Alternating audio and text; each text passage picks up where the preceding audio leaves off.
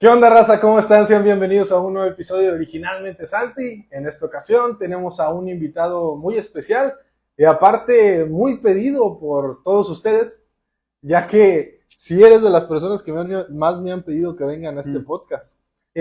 Por lo mismo que estábamos hablando ahorita, porque a lo mejor de repente algunas personas te pueden considerar un poco polémico, a lo mejor un poco que no vas tanto con las corrientes a lo mejor que están ahorita pues más en boga, y aparte por tu incursión tan temprana al mundo de la política.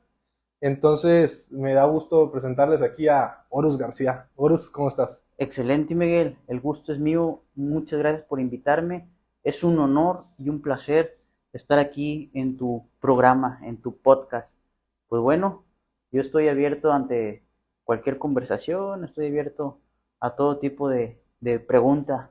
Siempre es bueno el diálogo. Este, a los antiguos griegos, Uh-huh. los filósofos que saben, como Platón, por eso sus libros eran en diálogo, porque utilizaban un sistema de conocimiento que se llama mayéutica, donde mediante el diálogo uno va recordando cosas Uh-huh. que ya sabíamos antes, porque según lo que dice la filosofía, somos espíritus reencarnados. Pero bueno, empecemos con este diálogo, con esta plática.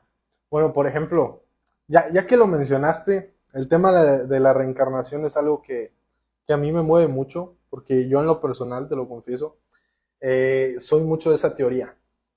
Yo no creo lo de que te mueres y te vas al cielo y allá ya estás por la eternidad y te conviertes en un alma o que simplemente te entierran y dejas de existir. Yo sí creo que hay un proceso de reencarnación, y por lo que veo a lo mejor tú también compartes ese pensamiento. ¿O qué opinas tú? ¿Qué hay después de la muerte? En efecto, Miguel, eh, adentrándonos en las diferentes culturas, ya sea hindú, la cultura egipcia, los griegos, que son culturas muy anteriores a la civilización en la que actualmente estamos, los hiperbóreos, los lemurianos, la mayoría de nuestros antepasados, desde donde parte la civilización, concuerdan en que somos espíritus que reencarnamos. Al morir, reencarnamos. Es por eso que cuando alguien nace, tiene diferentes cualidades, tiene diferentes formas de comportarse. Así es. En efecto, somos espíritus reencarnados. Y ahora, ¿cómo crees que se da este proceso de reencarnación? ¿Morimos? ¿Vamos al purgatorio? Ahí deciden quiénes vamos a ser ahora, de ahora en adelante. Ya no vas a ser Miguel, ya no vas a ser Urus, vas a ser una gallina, vas a ser otra persona. Y aparte, ¿crees en eso de que no solo reencarnamos como un humano, sino que podemos reencarnar como diferentes, inclusive hasta cosas? En efecto, Platón habla de eso, Aristóteles, los hindús, los egipcios hablaban también de eso. Dependiendo de nuestros actos, es en lo que reencarnamos.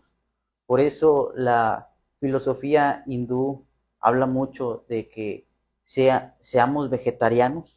¿Por qué? Porque ellos dicen que ante la reencarnación nosotros podemos ser en la siguiente vida un animal y ahora nos van a comer a nosotros. Entonces, por lo mismo, ellos son más compasivos por ese lado, eh, piensan y todos coinciden en que somos producto de la reencarnación. Y ahora, ¿cómo te fuiste metiendo en estos temas? ¿Qué te llamó la atención en sí de la filosofía y de todos estos temas también religiosos? Bueno, pues uno siempre nos ha gustado observar, analizamos cómo está la cultura, la sociedad, y nos damos cuenta que no todo es como nos lo pintan. Siempre hay una voz dentro de nosotros. La mayoría de los políticos grandes que han marcado su huella en esta humanidad coinciden con ello, con una voz interna, nuestra conciencia que nos va guiando por un camino, por un destino. Entonces, pues la misma, mi misma conciencia me fue guiando, esa hambre de poder conocer, de encontrar respuestas que a veces no encontramos, que decimos, bueno, ¿qué estoy haciendo aquí? ¿Para qué nací? A veces uno se hace todo ese tipo de respuestas y pues uno tiene que apoyarse en grandes pensadores también. No digo que uno no tenga el criterio, pero a veces uno dice, bueno, yo pienso esto, pero con esto yo sustento lo que pienso. Siempre es bueno sustentar lo que uno piensa con algo. Siempre es bueno buscar ese camino, buscar encontrarse con uno mismo. Eso es fundamental en todos los ámbitos. Si uno quiere ser exitoso, todo depende de cómo estemos con nuestro espíritu. Nuestro espíritu lo es todo. ¿Con qué filósofos empezaste o con qué pensadores? Bueno, a mí me gusta mucho la filosofía de Aristóteles. Es muy elevada, mucha gente no la tolera porque es un filósofo muy eh, carece de humildad, porque pues antes el tema de la humildad es una corriente religiosa que el cristianismo ha difundido. Entonces es muy interesante leer antiguos filósofos. También hay un filósofo que me gusta mucho, Nietzsche, aunque es muy complejo de entender, es muy radical en su manera de pensar, pero sin duda toda persona que quiera ver la vida desde un ángulo superior, evolucionar, tiene que leer a Nietzsche. Es indispensable, pero antes de eso, pues bueno, tiene que leer Platón, Aristóteles, diferentes tipos de filósofos, porque sí, Nietzsche está un poco más arriba en la cuestión de comprender lo que dice, que va totalmente fuera de lo que es nuestra civilización. Habla del tema del superhombre. Mucha gente no comprende qué es el superhombre. El superhombre ha sido utilizado por grandes políticos, grandes figuras. El superhombre no es un Superman como todos piensan, es una persona que ha alcanzado un nivel de conciencia superior, un nivel de moral, donde crea a sí mismo su propia moral, que sale de la moral colectiva, porque la sociedad nos impone la moral, nos dicen esto es lo correcto, y muchas veces no sabemos por qué. Entonces, el superhombre es aquella persona que en base a sus estudios, en base a lo que investiga, crea su propia moral y dice, yo soy esto, que se convierte en lo que realmente es, que se sale de esa moral del rebaño y crea su propia moral. Eso es el superhombre. Es lo que todos tenemos que llegar a ser. Porque todas las personas tenemos un pensamiento muy individual, pero como estamos sometidos ante las corrientes políticas predominantes del momento, que son impuestas por los grupos de poder que actualmente están, pues no somos nosotros mismos, no sacamos ese espíritu, ese estirpe que nos heredaron nuestros ancestros. Eso es el superhombre, aquel que llega a ser el que realmente es. También otro filósofo muy bueno, pero que sí es muy complejo de leer, incluso si no se tiene la madurez de leerlo, eh, es muy posible que entremos en una crisis existencial, es Schopenhauer. Es un filósofo que te dice las cosas tal y como son. Su filosofía es pesimista, es un pesimismo metafísico y está muy, pero muy complejo, pero sí, cuando te metes a su filosofía, dices, wow, dices, realmente cierto. Son filosofías muy potentes que te hacen tener una visión más amplia de lo que es la vida, de lo que es el mundo. Te ayuda mucho a comprender en dónde estás, en el contexto que estás parado. Ahora, ahorita que mencionabas el superhombre, me llega esta pregunta a la cabeza. ¿Cómo existe algún tipo de guía o qué respuestas has encontrado en la manera de que una persona se pueda convertir en un superhombre? ¿Cuáles serían los pasos? Bueno, mira, el primer paso para convertirnos en superhombres es el aislamiento. ¿Por qué el aislamiento? Porque mientras estemos en la colectividad, mientras estemos con la masa, no vamos a poder ser nosotros mismos. El aislamiento nos permite escuchar, escuchar nuestra conciencia, nos permite escucharnos a nosotros mismos, nos permite llegar a ser lo que realmente somos. Sin embargo, hay muchas personas que no están bien consigo y por eso no toleran ese aislamiento.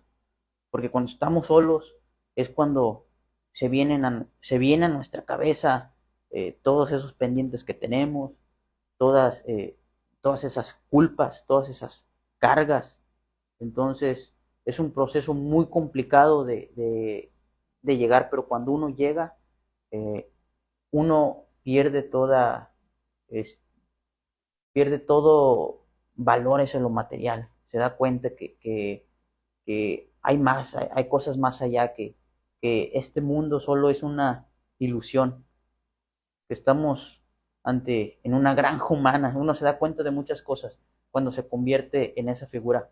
Pero repito, un superhombre no es un superman, no es una persona que tiene superfuerza, no. Un superhombre es un individuo que ha alcanzado un nivel moral superior, que no le importa ni le interesa quedar bien con el vulgo, que no le importa lo que piensen los demás. Es una persona, un individuo que es él mismo, sin importar lo que digan los demás, que se preocupa solo por sí mismo. Eso es un superhombre. Ahora, ¿has pasado tú por este proceso de aislamiento? Fíjate que sí, sí lo he pasado y créeme que yo disfruto mucho de mi soledad. Me gusta mucho estar solo, me gusta mucho platicar conmigo. Siempre me gusta alejarme y observar. Me gusta andar por la calle y observar el comportamiento de la gente. Nos damos cuenta cómo los individuos son arrastrados inconscientemente hacia las modas, hacia toda tendencia, solo siguen patrones, son como, la sociedad es como una máquina que se programa mediante algoritmos.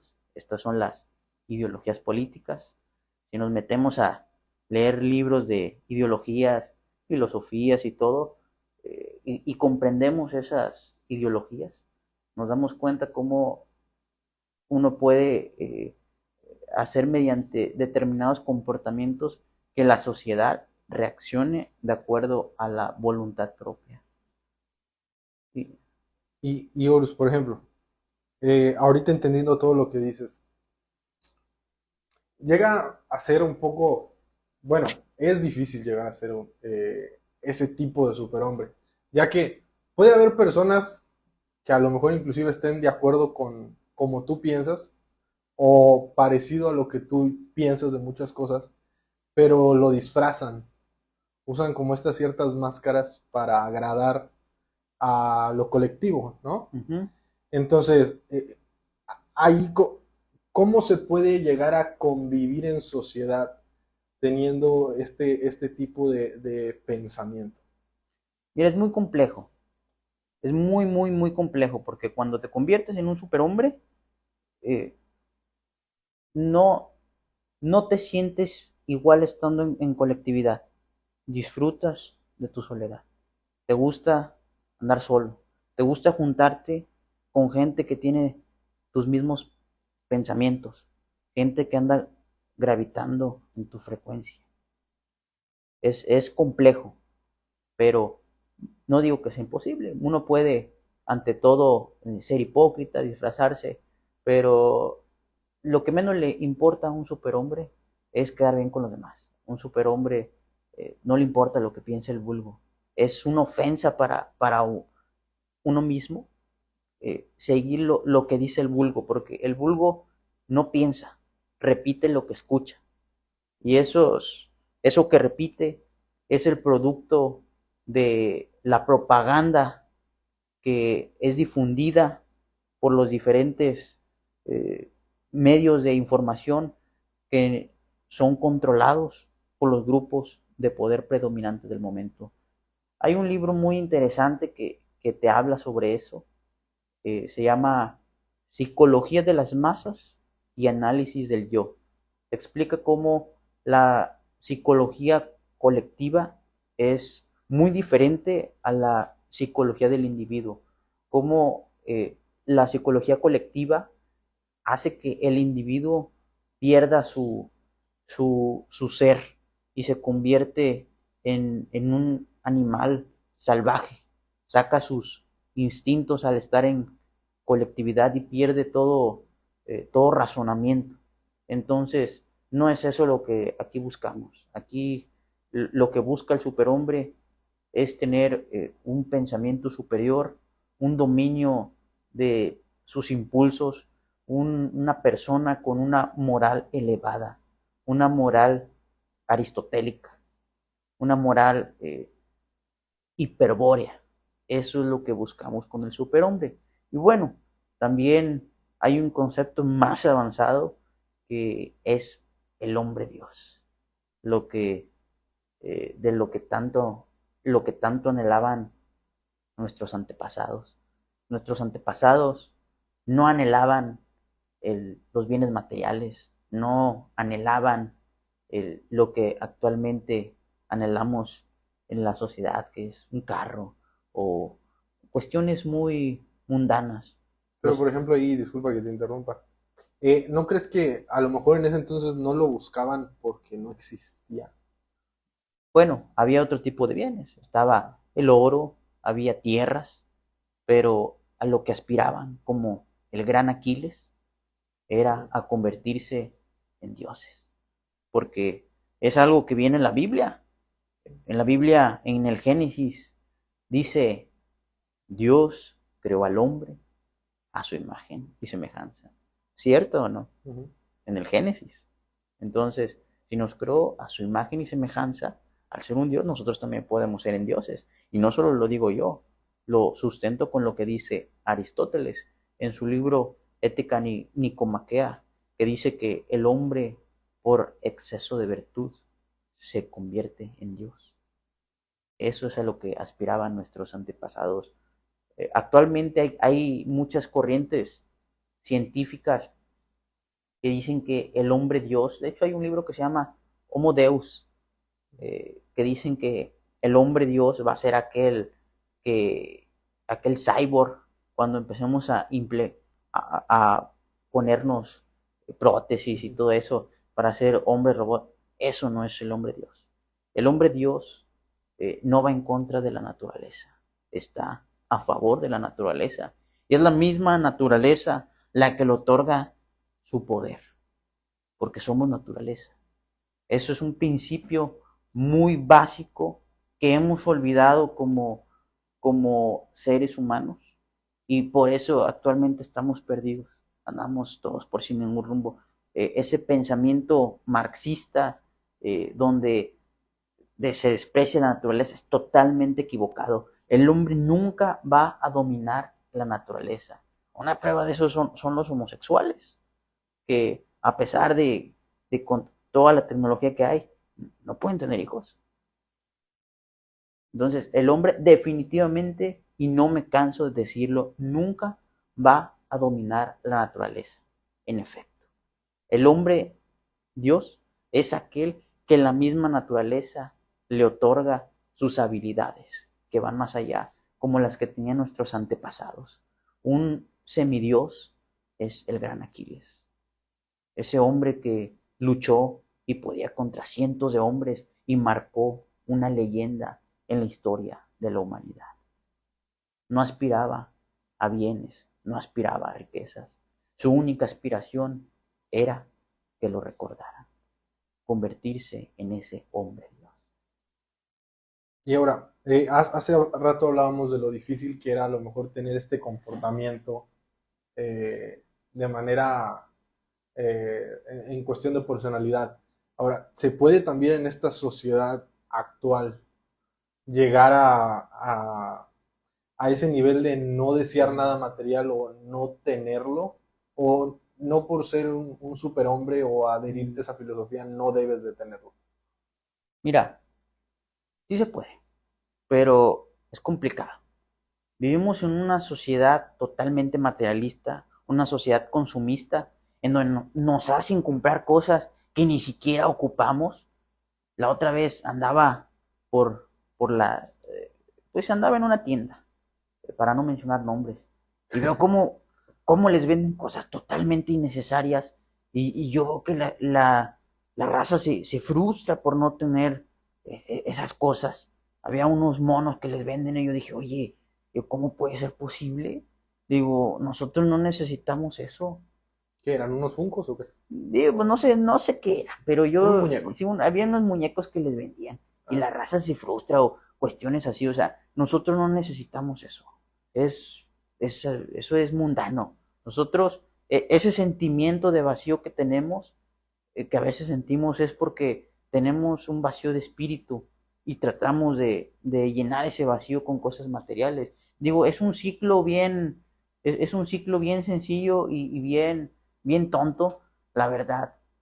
Porque, por ejemplo, cuando no tenemos, sufrimos porque no tenemos.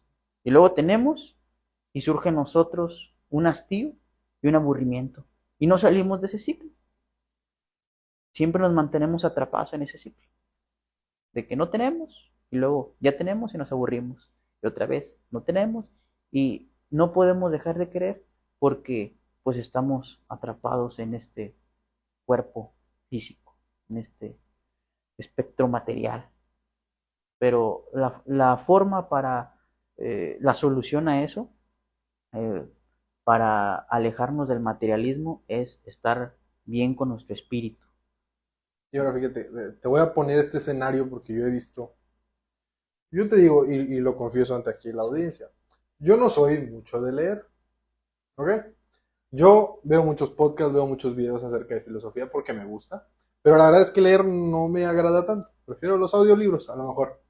Pero yo he visto que muchas personas en comentarios de diferentes videos que he visto, o blogs inclusive, ponen este escenario de, ok, entonces para llegar a hacer eso tienes que ser un hombre con taparrabos que vive en el bosque, alejado de la civilización. ¿Qué opinas de este tipo de pensamientos? No, para nada. Puedes estar, te repito, te apartas incluso un ejercicio que, digo, lo comparto, estamos aquí con la audiencia.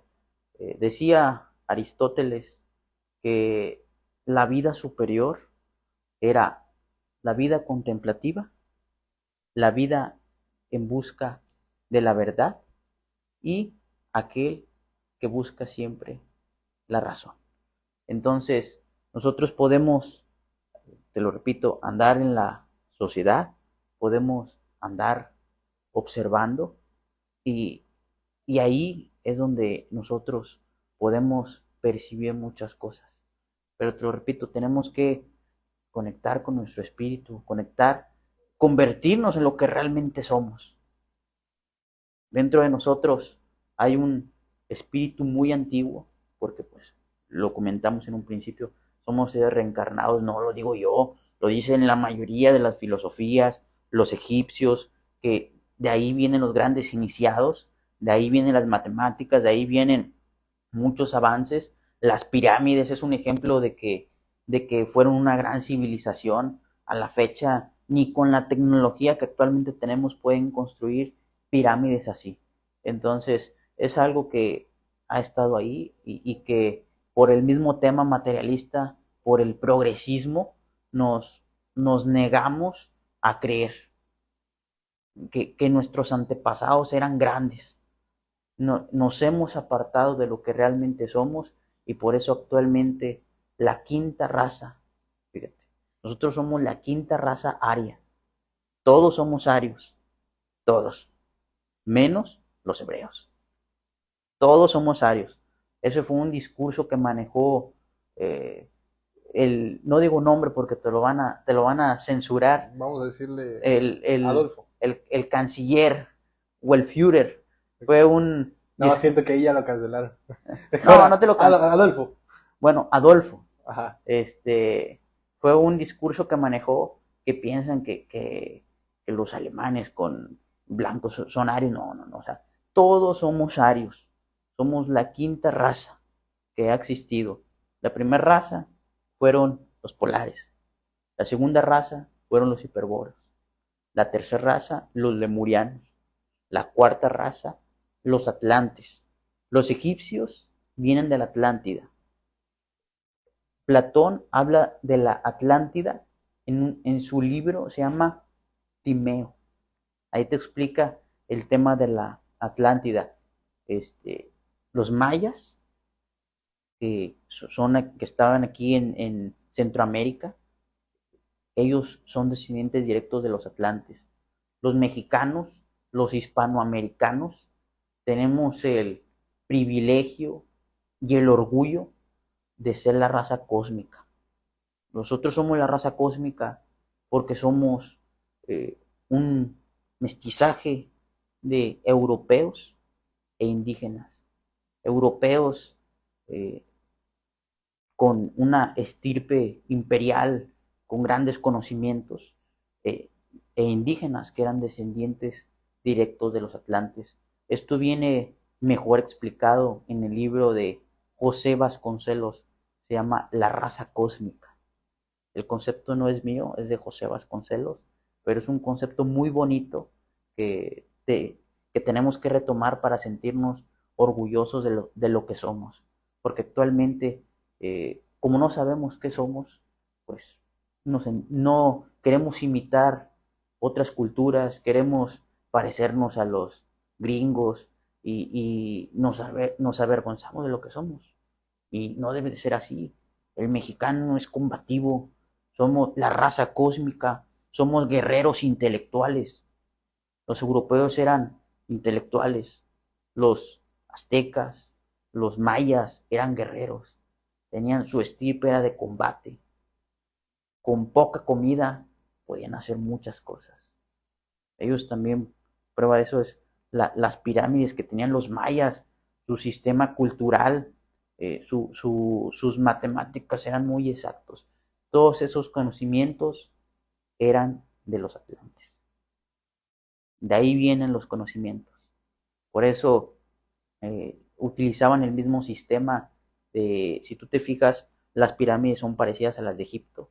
Entonces, de ahí venimos, según lo que dice la filosofía, según lo que dicen libros antiguos, de ahí venimos.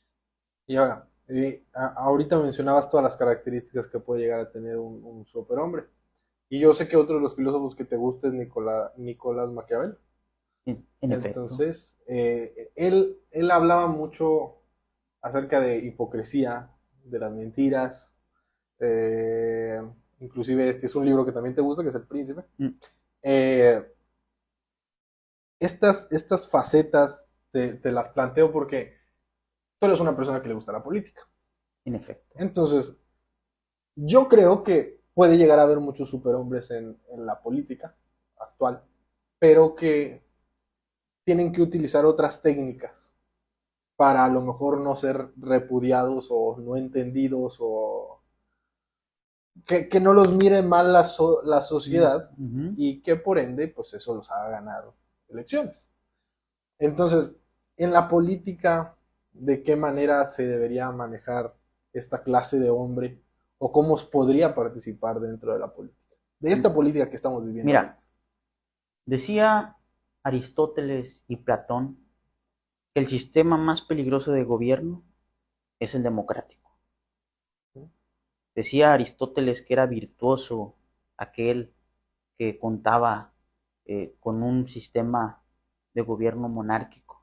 No lo digo yo estoy replicando lo que dicen los grandes pensadores que bajo sus filosofías está sustentada esta civilización. Pero tú también así lo crees. Yo sigo esos lineamientos porque pues uno lee y se da cuenta de los contextos. Entonces, Maquiavelo sin duda fue un gran filósofo. En el tema es conocido como el padre de la ciencia política moderna. Es muy, no llamarlo radical, sino que en el gobierno, eh, pues, el deber ser de un político, pues definitivamente a la gente no le gusta que diga la verdad. Decía Platón que el mejor perfil de filósofo, el mejor perfil de un político es el filósofo. ¿Por qué? Porque el filósofo siempre busca la verdad, siempre busca la razón, y eso es lo que debe de implementarse desde un gobierno, la verdad. Es la manera en la que vamos a poder crecer. Sin embargo, en un sistema democrático, como el poder está en lo que piensa la mayoría, en lo que piensa la mayoría no es más que una mentira colectiva que es determinada, lo dijimos anteriormente, por los medios de comunicación, por las corrientes del momento, son modas. Entonces, eh, pues no podemos implementar esos principios bonitos de los que nos habla Platón, Aristóteles, de los que nos habla había un filósofo hindú también muy bueno, que tiene un libro mucho más potente que el de Maquiavelo. Si dicen que Maquiavelo era un padre de la ciencia política moderna, este personaje, su libro se llama Arthasastra, está mucho más bélico, mucho más, tiene otro trasfondo más, está más completo por ese lado. Entonces, a tu respuesta, a tu pregunta, de que si un político puede implementar o se puede salir de ese cuadrante de lo que dice Maquiavelo, sí se puede. Hay diferentes formas de hacer política y en efecto sí se puede, pero pues es lo que es un experimento político, depende mucho de la cultura, depende mucho de la sociodemografía, son muchos aspectos y muchos factores los que uno tiene que valorar, pero eso es lo bonito de la política es un juego donde uno mide sus capacidades. En cuanto a los políticos actuales, hay políticos muy buenos. Aquí en México tenemos un político al que yo he visto que lo tienen, que a veces lo relegan, pero que yo le veo muchísimo nivel, es este Cuadri. Yo a él lo veo que trae una política muy completa, es una persona muy letrada. No, hay muchos políticos que también llegan solo por tiempo y por espacio, porque decía Maquiavelo que la política es fortuna y virtud. Yo pienso que es más fortuna. La, en nosotros está la virtud, nosotros podemos pulir esos aspectos, pero en un sistema democrático, también Platón lo decía, los puestos se obtienen mayormente mediante la suerte. ¿Por qué? Porque, eh, digo, ya metiéndonos más a fondo, hay seres invisibles, hay entes que nosotros no vemos, pero que ahí están, y que son los que van decidiendo el rumbo de la política. ¿Cómo te lo puedo comprobar esto? Pues bueno, la radioactividad no la podemos ver, pero ahí está, mata y aniquila, destruye, es lo mismo. Por eso vemos que vemos personas en puestos que decimos, oye, ¿qué lo sustenta? Siempre que veamos una persona en un puesto tenemos que preguntarnos, bueno, ¿qué le sustenta para que esté en ese puesto? ¿Cómo llegó? Y si nos metemos a investigar, pues la mayoría está por tiempo y por espacio. Si hay personas que son unos, que son unas eminencias para la política, pero muchas veces hay personas que no tienen un sustento y llegan. Es más fortuna, es más fortuna, es suerte. Y bueno, ahorita mencionabas a Gabriel Cuadri, que tú has visto en la cantidad de problemas que se ha metido por la forma en la que piensa, que inclusive lo supimos, tuvo que salir a pedir disculpas a los movimientos de los cuales ahorita vamos a hablar y vas a dar tu opinión. Por eso te decía que a lo mejor puede ser muy complicado estar en la política actual teniendo esos pensamientos, ¿no? Mira, es que volvemos a lo mismo. La sociedad está, sigue ciertos algoritmos que son impuestos por las religiones, las diferentes filosofías, las diferentes modas. Eh, entonces, Cuadri trae una política de tercera posición. No es una política ni de izquierda, ni de derecha, ni de centro. Y actualmente la civilización desconoce el concepto de tercera posición, pero Cuadri trae una política como la que tuvo Alemania en aquellos tiempos. Es una política muy potente. Yo al señor lo veo y trae un discurso eh, potente, le sabe al tema.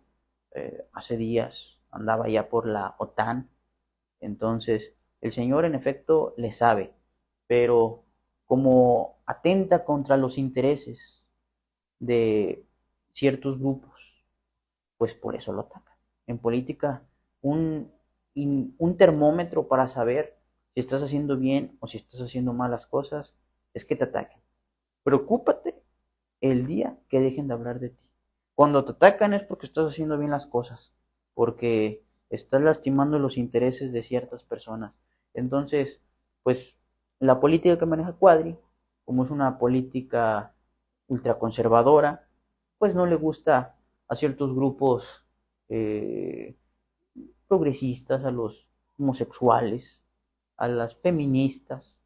Entonces, es por eso que lo atacan, pero no es que esté mal, porque él sustenta su política con la ciencia, con la filosofía y con la religión.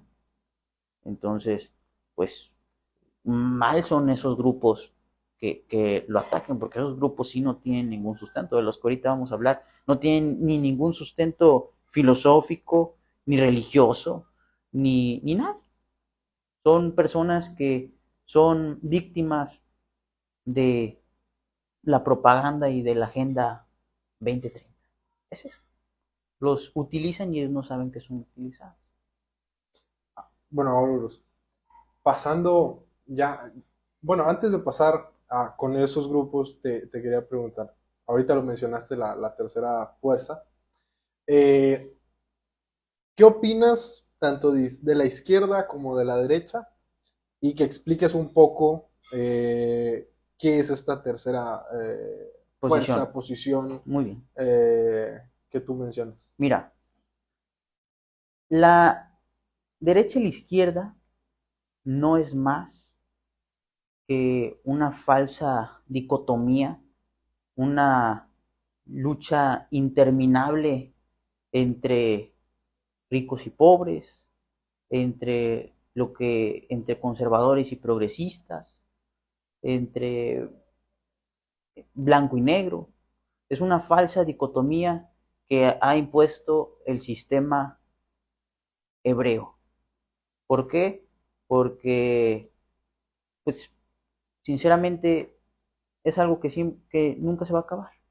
El centro, pues, solo es neutral. Entonces, no tiene ningún sentido. La tercera posición, vamos a explicarlo sencillo. El cuadrante de Nolan eh, habla de la derecha, es un cuadrado, eh, la derecha se ubica acá, la izquierda acá, el centro pues aquí está, entonces dependiendo de tu manera, de tu filosofía, es donde te encuentras en ese cuadrante. La tercera posición es la perfección de ese cuadrante y no es un cuadrado, sino que lo clasificamos en una pirámide, en donde la tercera posición está arriba, en la punta, la derecha y la izquierda están acá y el centro está acá. ¿Por qué? Porque la tercera posición nos salimos de ese cuadrante y perfeccionamos tanto las ideologías de izquierda como las de derecha. Por ejemplo, la derecha es católica, la izquierda es masónica, la derecha sigue lo natural y la izquierda es antinatura. La tercera posición es, veámoslo así, si estamos hablando de naturaleza y de antinatura, la tercera posición es una naturaleza salvaje, o sea, va más allá, es más, es la perfección, llegas al espíritu, y es un tema de muchísima profundidad, la tercera posición. Surgieron movimientos de estos en, en la Segunda Guerra Mundial. Es un tema muy completo, metafísico, que tiene sustentos muy, muy, pero muy profundos. Ok. Ahora, eh, te quería preguntar acerca de esta nueva izquierda que está gobernando actualmente en el país. ¿Qué opinas en específico de ellos? Porque muchos ya han hablado de que no es una verdadera izquierda, que no siguen las doctrinas que un partido de izquierda o un movimiento de izquierda llevaría a cabo. ¿Tú qué opinas de esta izquierda? Si es que se puede llamar izquierda que está gobernando actualmente. Pues ya incluso el municipio, el estado y, bueno, que va a entrar con gobernador apenas y también en lo nacional. La federación. Bueno, mira, para empezar, hablemos de Obrador. Obrador para mí, y por los principios que yo le alcanzo a leer, es un conservador con un antifaz de progresista. Obrador no es, trae un discurso, es populista, trae un discurso de izquierda, pero yo lo observo que es conservador. Prueba de lo que digo es de que tiene conceptos muy, muy antiguos. Todo aquel que se mete y profundiza en las lecturas eh, se vuelve conservador. O sea, es inevitable que si te metes en el tema de la lectura y te metes en todo el tema político y más que él es politólogo, que sea que sea antinatura, que siga todo eso. O sea, Obrador definitivamente es un conservador disfrazado de progresista. Es lo que te puedo decir. En cuanto al tema de la izquierda, lo que actualmente estamos viviendo es producto de la globalización, de la Agenda 2030, que busca implementar un Estado social demócrata en el mundo. Por eso es que actualmente en Hispanoamérica eh, podemos ver que gran parte de los gobiernos son de izquierda, pero es porque es una corriente. Volvemos a lo mismo. Todo es parte de son corrientes, eso que un político puede controlar y eso no es cierto. O sea, es muy complicado que un político controle las corrientes porque no puedes controlar lo que piensa. En un sistema democrático volvemos a lo mismo, es por la fortuna, no podemos controlar lo que piensan millones de personas, todo es producto de la fortuna. Entonces, ahorita es el tiempo de la izquierda, es producto de las políticas que van hacia la Agenda 2030, por eso promueven mucho el homosexualismo, el feminismo, pero es de lo que ya habíamos hablado. Están utilizando estas personas para destruir el actual Estado capitalista y pasar hacia un marxismo, pasar hacia de lo que hablaba Marx. Por eso quieren destruir a la familia tradicional. Eso es lo que busca el feminismo. Las eh, chavas que andan ahí desconocen lo que andan haciendo. Muchas veces no leen, porque una mujer que realmente es una dama no va a andar en esos movimientos decadentes, degenerados, no tienen ningún sustento. Son movimientos sin sustento, ni biológico, ni filosófico, ni religioso, ni científico. Entonces, prácticamente es eso, es la corriente de la izquierda que va a pasar. Obradores totalmente nacionalista. El nacionalista es una persona ultraconservadora, es la antítesis de la globalización. Está es la globalización y está el nacionalismo. Entonces, esos también son conceptos que tienen que tienen mucha profundidad, se sustentan en diferentes deidades. Por ejemplo, el globalismo es promovido por las logias judeo-masónicas, el nacionalismo es promovido por la Iglesia Católica y digo, tiene un sustento de deidades muy profundo. Son intereses metafísicos porque actualmente estamos en una lucha metafísica, eso es indudable, estamos en una lucha metafísica. ¿Qué quiero decir con metafísica?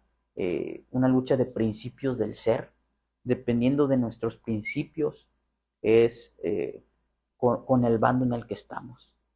Entonces, eso entendemos por metafísica, las causas y los principios del ser. Estamos en una lucha metafísica en donde nos quieren imponer corrientes que van en contra de la naturaleza, nos quieren hacer creer que podemos escoger nuestro sexo, que quieren hacer creer que los niños pueden escoger si son hombres, si son mujeres. Están totalmente equivocados. Eso no es natural. Dios, cuando nosotros venimos a este mundo, nos asigna un sexo. Entonces, esas son loqueras, son tonterías, porque aunque un hombre se opere para poder ser mujer, aunque se muera 200 años, cuando se muera 200 años después, su esqueleto va a seguir siendo el de un hombre. Entonces, esas son tonterías que no tienen ningún sustento de nada.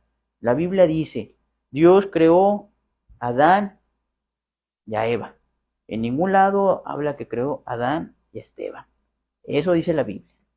La filosofía habla de lo mismo. Somos hombres y somos mujeres.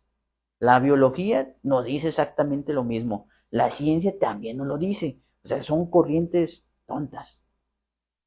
Es para gente que no tiene, volvemos a lo mismo, y aunque no les guste, o sea, es para gente que no tiene un criterio.